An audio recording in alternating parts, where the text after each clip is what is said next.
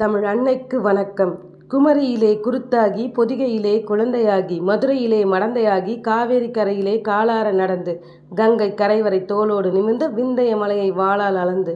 சேர சோழ பாண்டியர் எனும் மூவரசர் மடியிலே தவழ்ந்து, முச்சங்க தொட்டிலிலே கிடந்து, காலத்தால் மூத்து கருத்தால் முதிர்ந்து, கானமாய் திரிந்து ஞானமாய் சுரந்து, வானமாய் விரிந்து வனமாய் விளைந்து,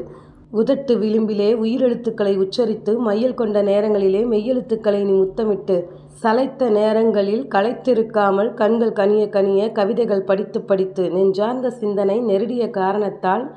இங்குதான் அங்குதான் என்று இல்லாமல் எங்கும் எதிலும் தங்குதடையின்றி நுங்கும் நுரையுமாய் பொங்கி எழுந்து, நற்றினை நல்ல குறுந்தொகை ஒத்த பதிற்று 10 ஓங்கு வரிபாடல் கற்றறிந்தோர் ஏத்தும் கலியோடு அகம்புறம் என்று இத்திரத்து 8 தொகை தந்து, முருகு பொருநாறு 12 முல்லை பெருகு வள மதுரை காஞ்சி மருவினிய கோல நெடுநல் வாடை கொள் குறிஞ்சி பட்டினப்பாலை கடாத்தொடும் 10 தந்து, இவற்றோடு இன்னும் பற்பல தந்து, நம் பால்யம் படியே ஒழுக்க நெறி தந்து, பருவம் அரங்கேற அகத்தினை தந்து, காளையர் உரமேற புறத்தினை தந்து, கொண்டாட்டம் மேலோங்க கோலாட்டம் தந்து, பாவையர் குதுகலிக்க கும்மிகள் தந்து, பக்தியில் பரவசமடைய திருமுறைகளும் பிரபந்தங்களும் தந்து,